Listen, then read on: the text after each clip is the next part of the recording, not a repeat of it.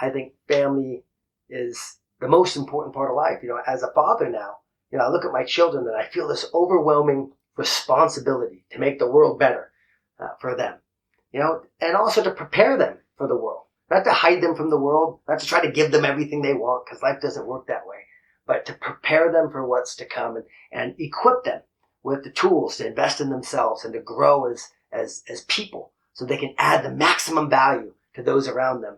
Because I believe that, family should be about, you can,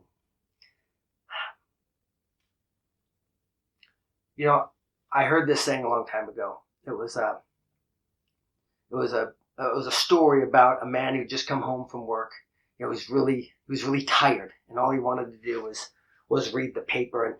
And he picked up the paper and he started reading it. And his son, of course, happy to see him, runs in the room and says, "Dad, let's play. You're home. Let's play." And his dad just needed a break. He just needed a break for a little bit. So his son, just give me a couple hours. I need to read and relax and decompress it, and then I'll play with you.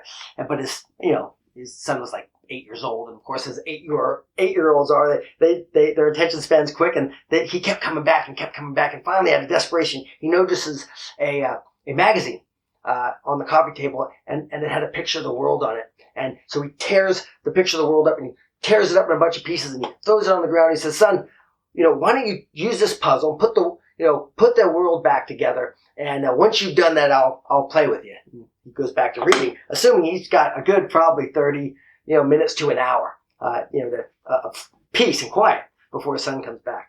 And his son comes back though 5 minutes later and shows him the completed world, and he's all proud of himself. And his father puts down the paper with astonishment now, going, "Son, how did you do this? How did you know where all the countries were? This is crazy." And he said, "Well, Dad, on the other side of the world is a picture of the man."